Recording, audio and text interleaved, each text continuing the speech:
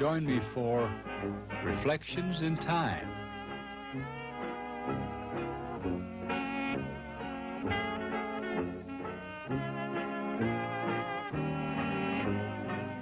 It's often nice to look into the future. What, for example, our University of Omaha is going to be like in 20 or 30 or 50 or 100 years. But I think often to appreciate what's going on even now or what might happen in the future, we need to look into the past. We need to look at the history of people and places and buildings and the relationship of this university to the city and a variety of things. And so a few years ago I started visiting with a variety of our people at the university, some retired, some still in service, and talking about their recollections, or as I call them, reflections in time. And today we're sitting in the old First National Bank building in the law offices of Miss Margaret Fischer, in a historic place, really, in the Fischer family. But more than that, Margaret's an alumnus of our university. And not only the university, but of the local law college that she and I are going to talk about. I'm so glad she's able to visit with us today and take time from her busy work in legal activity, which she's been at for a long, long time. Margaret, it's so nice to have you here. Thank you, Paul. It's nice to have you down to see me. Well, you know, Margaret, I think what I'd like to hear about you, many people in the city and at the university have heard many things relating to you and your activities in the community, the university, Dana College, civic activities.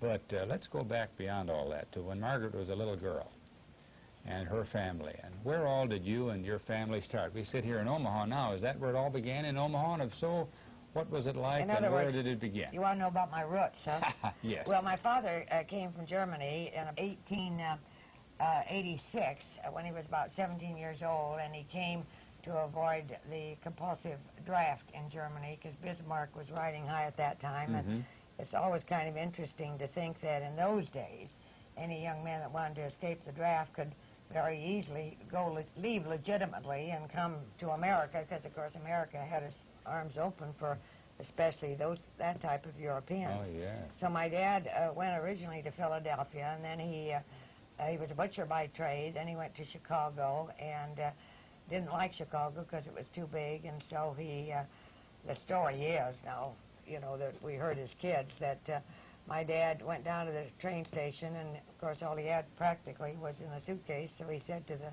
train master, "When's your next train leave?" And one left in an hour for Omaha, and one left in an hour and a half for St. Louis, so he said, "Well, I'll take the train to Omaha." So he landed in Omaha and started working in a grocery store, and then briefly worked, I think, at the packing house. And my dad had always wanted to study law. He was one of 4 children, the only boy. And, of course, you know, the Germans always have believed much in education. Yes. So while my dad was working at the grocery store, he became acquainted with some other young men, as I understand, and there were maybe 4 or 5 of them that wanted to study law. And so he got them together and hired a couple of one practicing attorney and one judge, as I understand, and I think they just met, you know, in somebody's office and studied law. Of course, in those days, you could read law, and I guess you still can. If you can read law for a period of 4 years under any lawyer who is admitted to the bar and can pass the bar exam, well, then you can take it. Yes, I was going to say, you didn't have to go to you didn't have to go to Abraham Lincoln and all those men didn't necessarily go to law school. They read law. Yeah.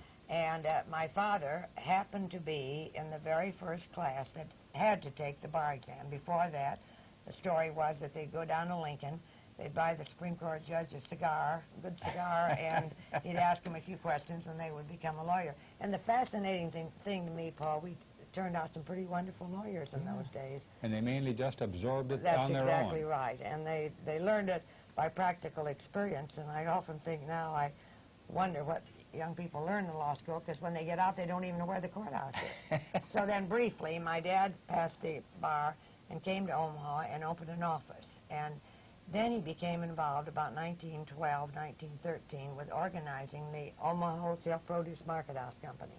And sort of back to produce and butchering and things like that again. And he got to know, of course, all the grocers in Omaha and many of the farmers. And the interesting thing is some of the great-grandchildren of my dad's original clients are still clients of mine. Is that right? So my dad then would go to the city market, which is now the old market, and it's where the parking lot is for the French Cafe. and the market company owned all that, and the farmers, of course, there were many truck farmers around Omaha. They'd bring their produce in. The grocers, no Safeway, no hinky-dink, they would come down, and they'd meet there at 4 or 5 o'clock in the morning, buy their produce, and go back to their store, to their gardening, and then my dad would come to the office and practice law. So he was a marvelous man. Sounds like long hours. Yeah. My mother was born in Wahoo, and her parents were Swedish. My mother couldn't even talk English when she started kindergarten because Wahoo had nothing but Swedes and Bohemians.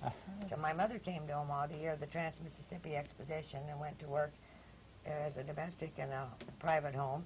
Met my father at the old Kuntz Memorial Church, which was at 16th and Harney at that time. Oh, it was what is now downtown, really? Downtown.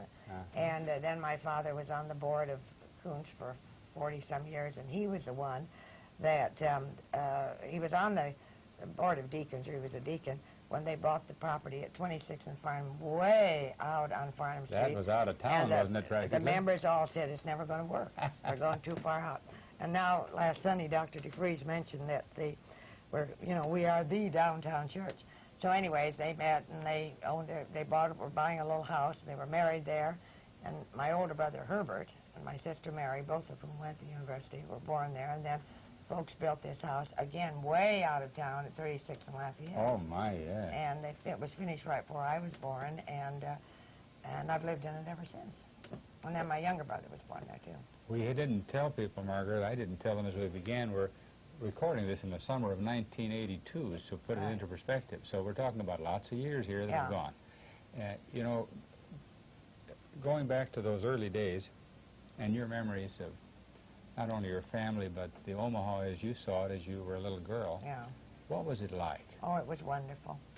And why do you say that? I understand that you interviewed Marge Killian, and yes. I'm sure Marge and I would weep together for beautiful downtown Omaha. Yes. And you know, the big thrill was to get 5-cent car fare and come down to the old library, which was a beautiful old building. And my sister and I, well, we always were great readers, and we'd get these books and go home in the streetcar. And of course, all of 16th Street had beautiful stores. 15th Street had stores, and I remember. What kind of stores did they have? Were there places like Brandeis then? Oh yeah, and of course Nebraska Clothing was at 15th and Farnham, and then there was Quilla Court. Oh yes, I remember that. And then of course I even remember the old Burgess Nash.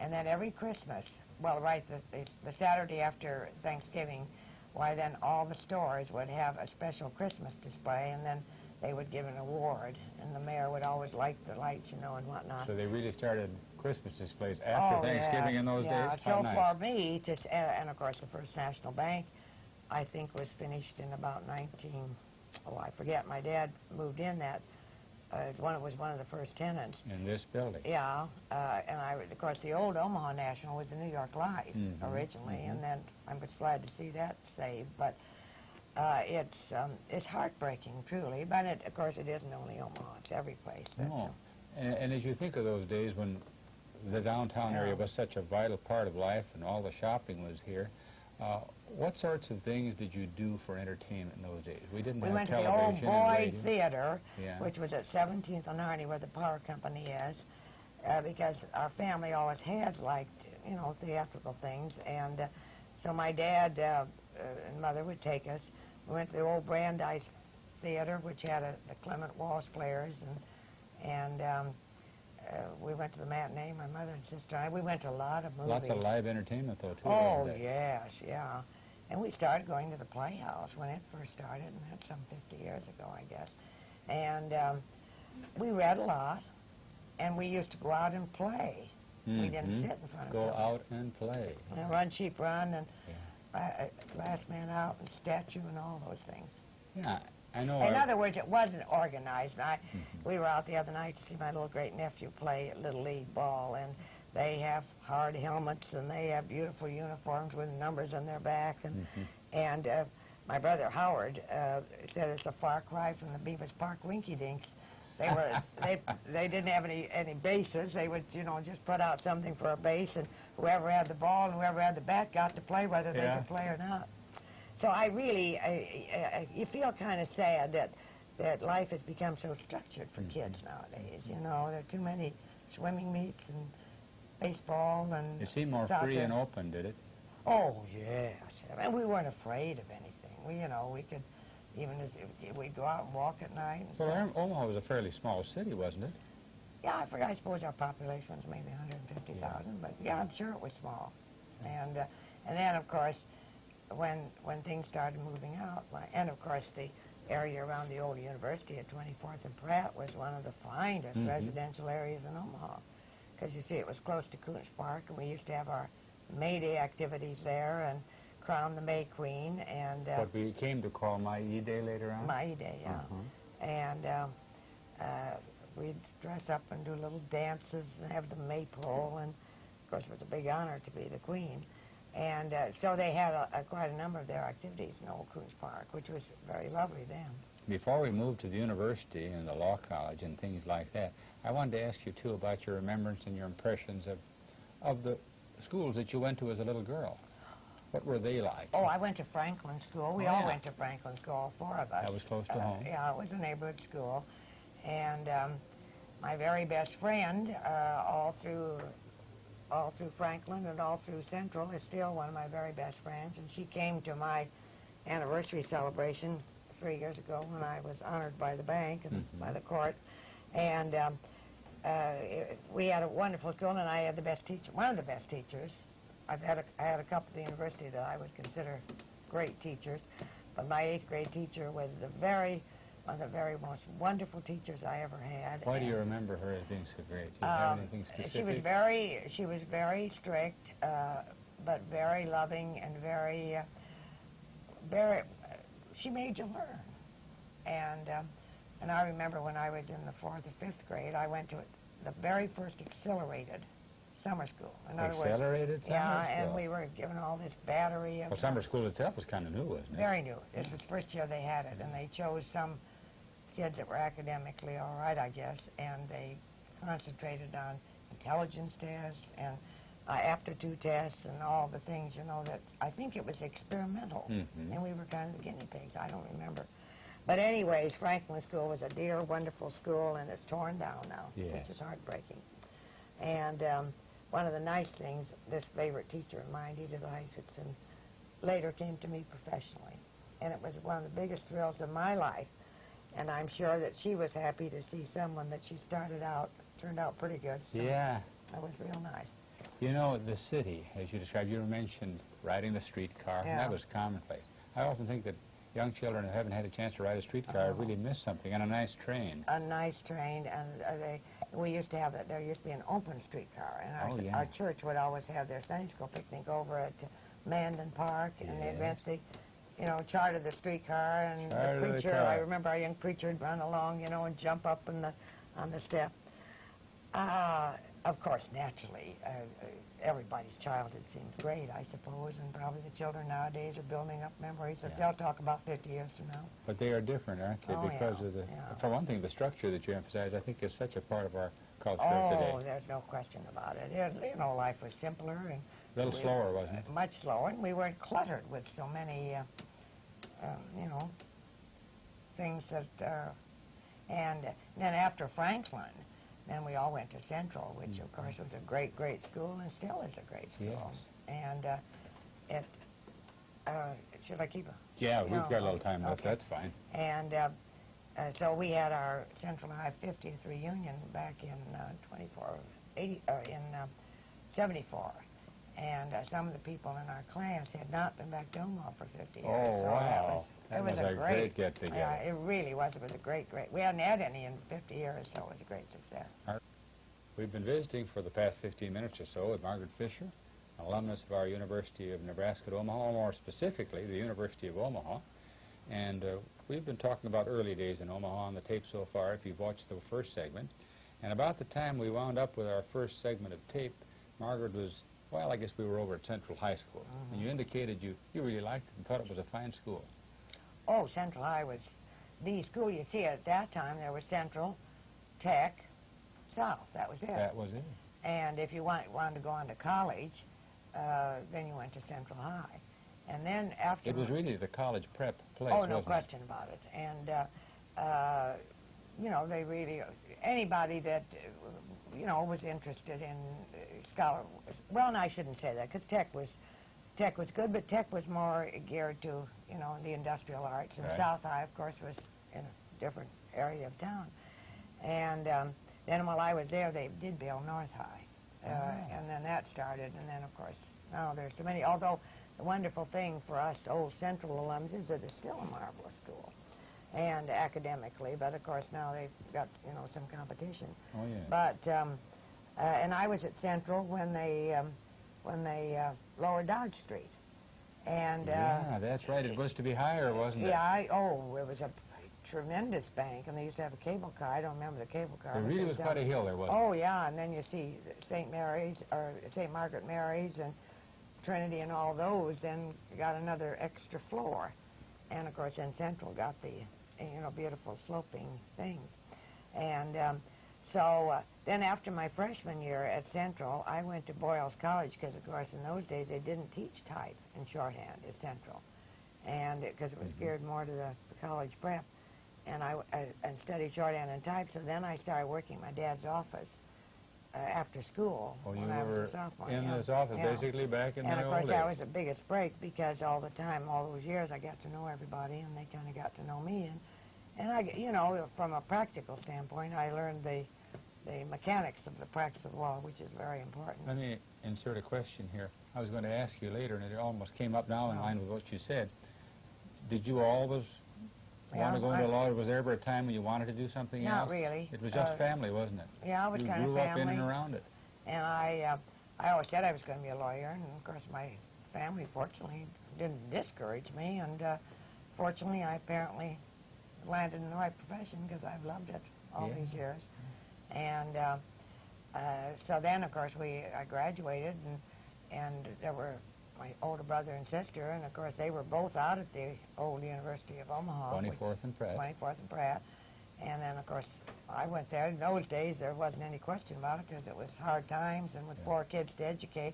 And as I remember, and I'm sure the records would show, I think it maybe cost my dad a couple $100 a year for each one of us. Of course, there was just the tuition and books. There wasn't the... and the car fare. And the car fare, that's right. And we'd take the streetcar to 24th and Cummings, and then transfer and go out to 24th and Pratt. Didn't have any parking problems. None at all. Everybody came by streetcar? Everybody came. Well, I do remember the transition when some of the more lucky ones did have cars, and occasionally, toward the end, my dad would let my brother take our old Jordan car. Ah, Jordan. Yeah.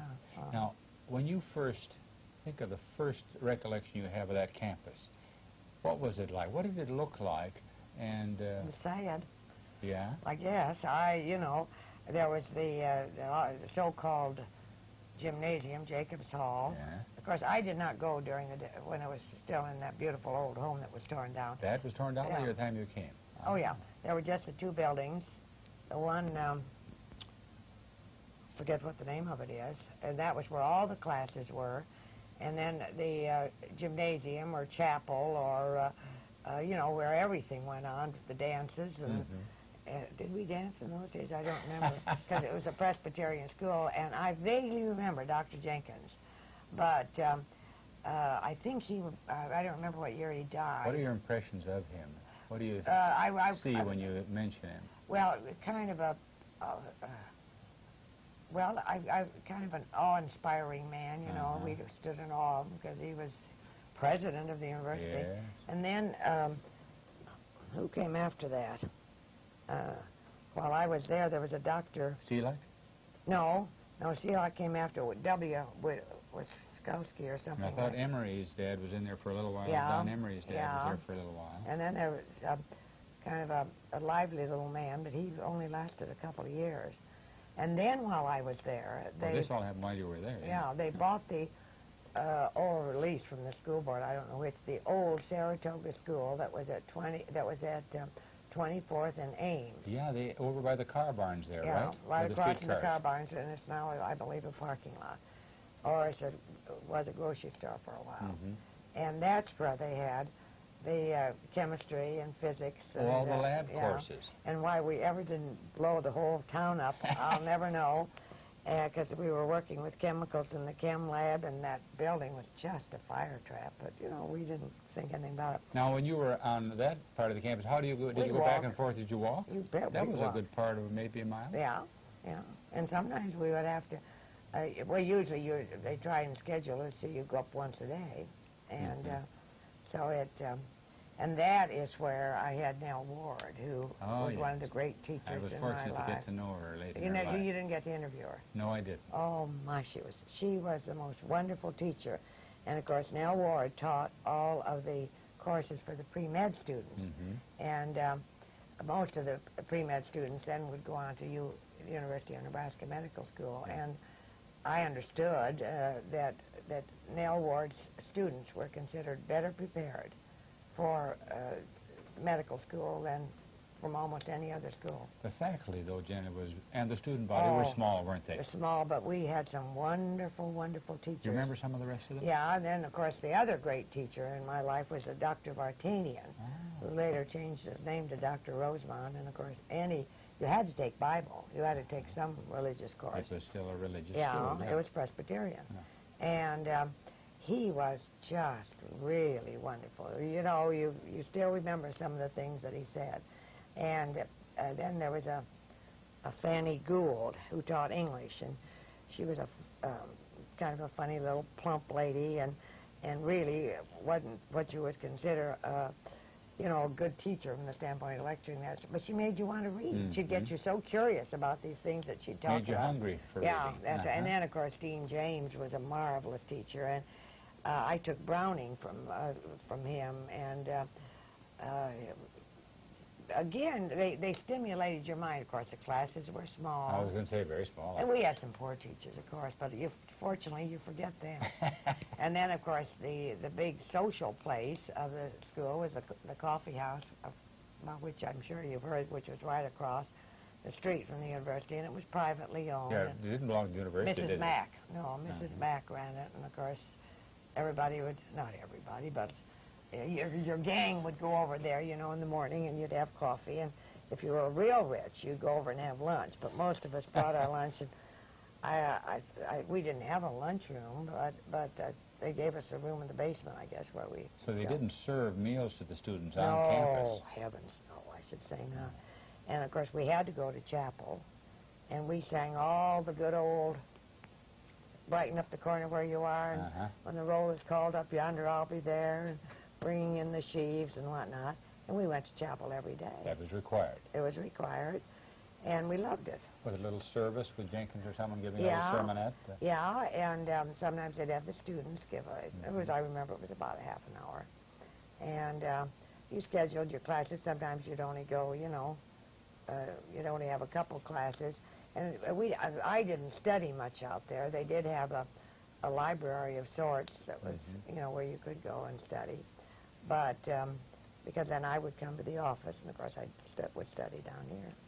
And then so you were tied between the office and school? And then, of course, I started night law school my sophomore year at the university. So now you were going to really two schools at one time? Yeah, the reason I didn't start my freshman year, which I had really planned on doing, was because the American Legion was having their national convention in Omaha in October of 1925, or 4 and 5. And my father was afraid that there'd be too many wild legionnaires downtown, and he didn't want me coming home in the streetcar at 9 o'clock at night, you know. So the Legion put you off for a year? For a year, you know. So I started then in I became a lawyer in 29, so it would have been 25. One thing I was going to ask you is you were discussing some of the things on the campus out there. Do you recall, along with what you were doing, and of course going to law school as you began as a sophomore, some of the programs that young people, what sorts of things did they seem to major in when they went out to the University of Omaha in those days, or the college? Well, there were a lot of pre-med students. And there wasn't such a thing, I suppose, that we considered pre-law, but you took logic and you took speech from Dr. James. And of course, there were a lot of girls going into teaching, because that was about the only profession for women in those days. Nobody but you, though, going into law, huh? Well, nobody. No, yeah. And again, I can say that the friendships that we formed, I still keep in very close touch with 2 of the girls that I graduated with, and several of them are clients of mine, and we've never really made the effort to get together and have a class reunion, which is too bad because now our 50th is past and we probably never will.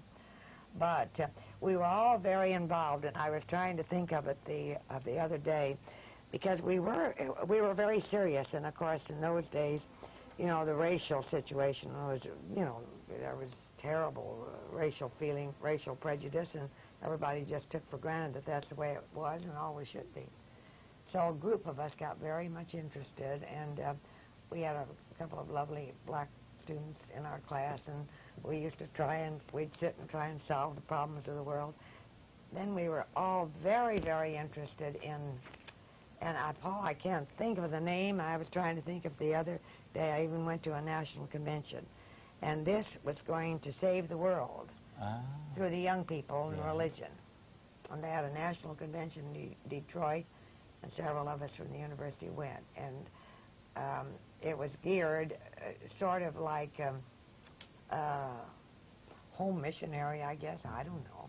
Well, you know, that's interesting. These things you're telling me now, I would think that students back in those days, in the 20s, were very book-oriented and not too interested in social or religious problems. You're saying that wasn't so at all. Oh, we were just as crazy as kids nowadays.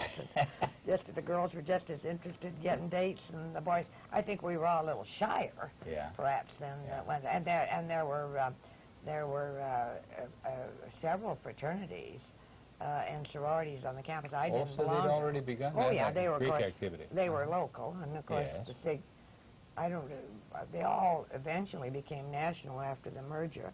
And my older brother was active in his fraternity, so I remember when we were desperate for men, why, we would tell Herb he'd have to come up with 2 or 3 guys for our party. Now, what sort of social life was there for students that the university might have provided? Not much. Have a dance now and then, anything like that? You know, parties? I'm sure that but there were a lot of private.